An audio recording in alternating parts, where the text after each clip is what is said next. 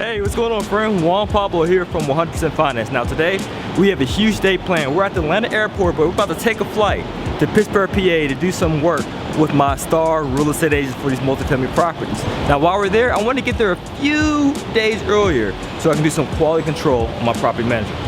Property management is important. Why is it important? Well, if it wasn't for property management, I wouldn't be doing these things right here, creating valuable content for your viewing pleasure. If I was a property manager, aka the landlord, the self-employed real estate investor, I'll be that guy sweeping the front porch, banging on the tenant's door, asking for the rent check, or showing up to court to serve that tenant their papers. That's an activity I don't want to do, because I want to be focused on acquiring rental properties, not necessarily managing them. Quality control is extremely important. Why? Well, it's not just important for any business, but especially important for property management. The reason being, you always have to inspect what you expect. Now, I love my property manager. She does her thing. She helps me out with managing my property, make sure I get the max rent, reduce the max expenses, and so forth. But you always have to audit your team's work. So you know what, guys? I don't want to miss our flight, so let's go ahead and grab our bags and let's roll.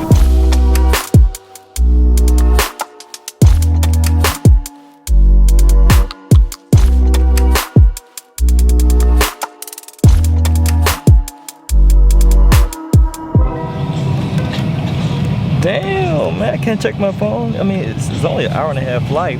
Well, I'm just checking my YouTube comments anyway, right? I greatly appreciate your comments. And I've seen several people, like you yourself, place comments about hard money. Do you even know what hard money is? Or even how to use it? Hey, don't worry, we'll touch base on all that once we land at Pittsburgh, PA. I'll tell you the ins and outs of hard money, how you can use it, and how it can benefit you in real estate. But first, let me get back to these comments.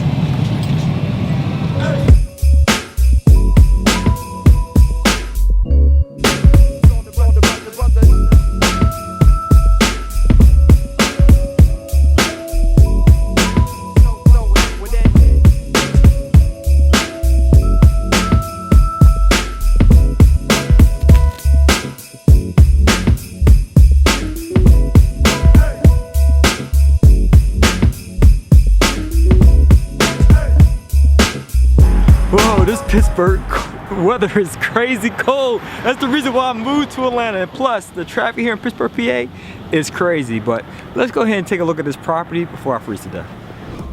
Hey, I haven't forgot about you. We're going to discuss the ins and outs of hard money in a second. But first, I gotta collect my coins and take a look at the property to make sure the property is being upkept properly. Because that's management 101. I definitely gotta make sure my property manager is following proper protocol. So it won't take too long. Just give me a second and follow me.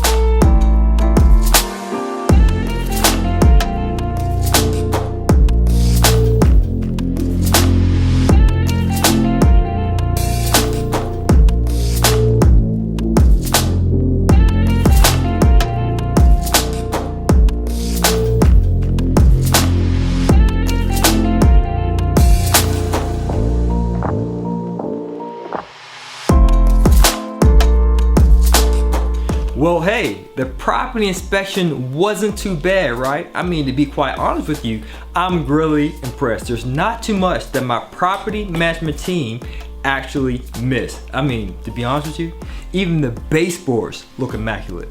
And who knows, maybe my property management team may see this video and get happy, maybe not. But either way, on to it, let's get started with the lesson. What is hard money? Hard money is actually a private loan that you can get from what's called a hard money lender, in which they'll lend you the money to buy a distressed, beat up house. I mean, a house that's foreclosed upon, REO, real estate owned. It's tore up from the floor up. But they'll give you the money to buy that beat up property, as well as give you the money to fix it up, as long as you buy it right. Now, from an investor standpoint, it's important for you to get hard money so that you can finance your distressed assets 100%. Because you want to be able to get an income producing asset if you're using the fix and rent model without using your hard earned money. Because most banks, traditional banks, conventional banks, will not give you one red penny for a property that's distressed. But a hard money lender will do that. Now, the qualifications, well, of course, hard money lenders are local. So they all have their own different criteria. Some may say they want a 15% interest rate. Some may say 12%. Some may say, from a qualification standpoint, I want you to have a 720 FICO score. I can care less about your FICO score. I want you to bring a down payment of 20%. I don't care. They're all different, but what you need to do is interview each hard money lender and ask them what their qualifications are specifically. Hey, but before we get into the nitty gritty, the meat and potatoes of this conversation, as the people's mentor, I'm obliged to mentor you. So before I get into any deeper, I want you to get your pen, I want you to get your pad, and take some notes, because I still got some property inspection work to do. So I'm gonna take a look at the exterior, and I'll meet you upstairs to continue on with the lesson.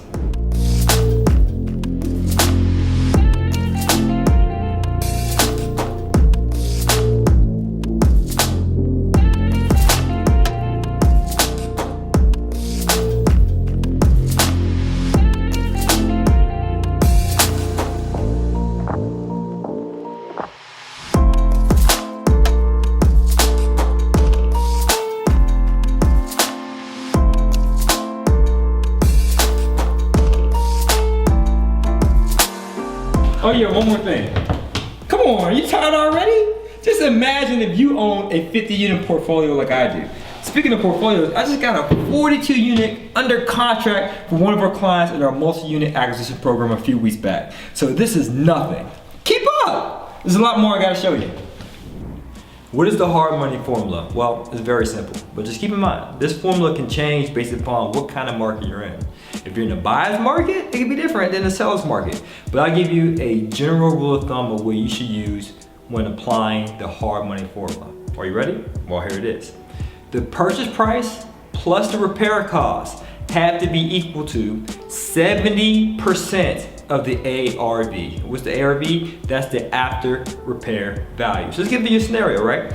Let's say you found an ugly house, beat up, tore from the floor up, but you know, based upon getting comps, those are comparable sales from your agent, that the value will be worth $100,000 once it's fixed up and pretty. Now let's say that you can acquire this beat up house for $30,000. And let's assume that it takes $35,000 to repair it. So all in, $30,000 for acquisition, that's purchasing the property in other words. Another $35,000 for rehab costs, renovation costs, repair costs, all those words are synonymous. We're at a total of 65% so far. Now, if you want to throw in another $5,000, if you're savvy enough as an investor to have the hard money loan also to cover your closing costs, then that's $70,000 all in.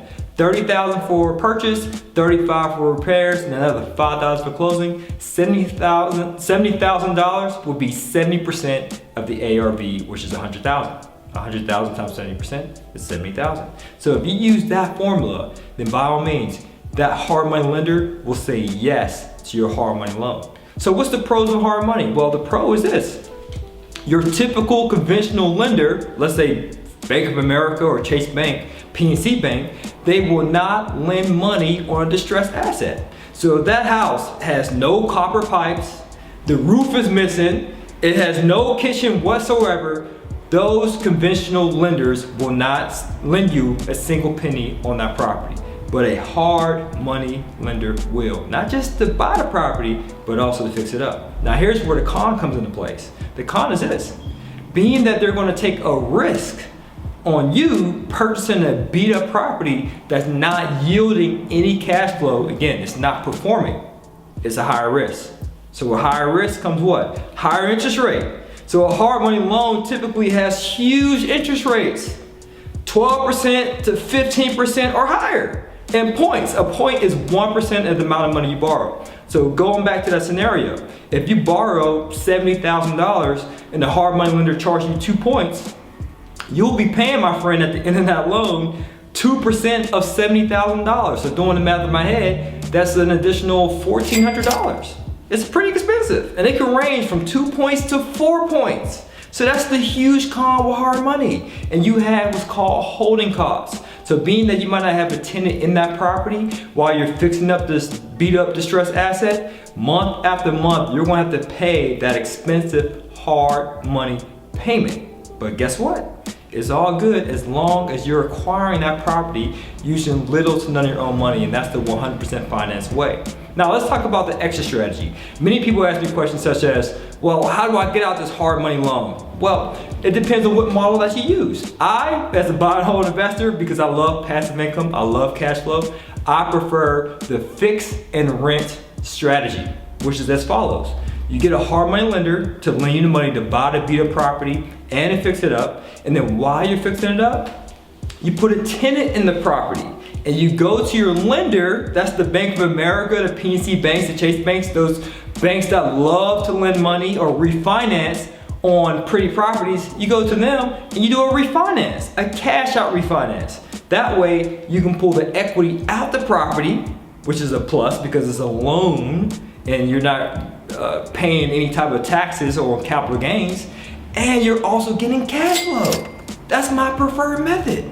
It's perfect. That's one exit strategy. Another exit strategy is for those of you who want to apply the fix and flip method. I mean, you buy the property with hard money, you fix it up with hard money, but instead of you trying to refinance and put a tenant in there, you do the opposite. You just sell the property to a home buyer, maybe a first-time home buyer. But the downside with that strategy, you will have to pay capital gains. But don't get me wrong, you get a huge fat check by the time you flip that property, but the government is going to take their cut.